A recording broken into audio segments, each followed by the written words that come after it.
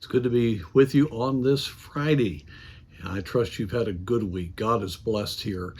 And we're looking forward to now a summer, I trust, of great fruitfulness. And I trust you're looking at it that way also.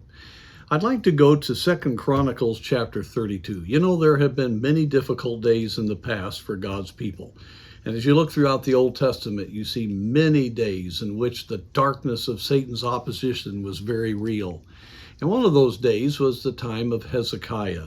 The Assyrian Empire had become very powerful, and they were marching across the Middle East, and everything in their way was being devastated. They were cruel, violent people.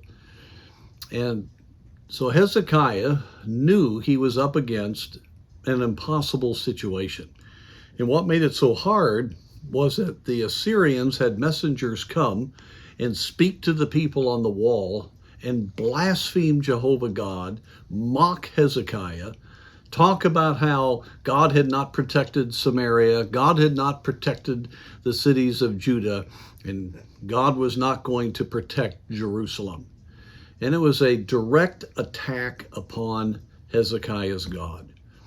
And you find much of the interaction of Isaiah and Hezekiah as far as the letter that was written by the Assyrians, and how Hezekiah was deeply moved and realized that without God's intervention, he was in real trouble.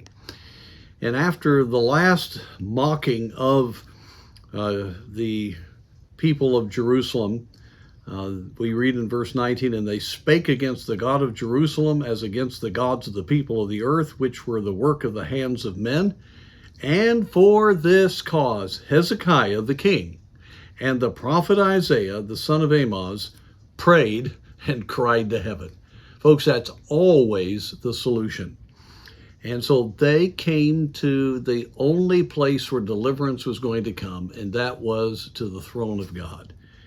And the very next verse just thrills your soul. "And the Lord, Jehovah God, sent an angel which cut off all the mighty men of valor, and the leaders, and the captains in the camp of the king of Assyria. So he returned with shame of face to his own land." And then when he came there, he was destroyed. God slew way over 100,000 soldiers. My friend, the moment God decides to do it, he can deliver. What was the key for Hezekiah? What was the key for Isaiah? They continued to tell the people they could trust God. They continued to call upon the Lord, not wavering in their clear public and private trust in the power of their God. And when they brought to the Lord the blasphemy of the Assyrian leadership, God smote the Assyrians. And my friends, God has interfered in history far more than we know. In fact, the very fact that our country's not been destroyed yet has been the providential protection of God because of prayer and godly people. And friends, we need to realize God's big enough to solve every problem.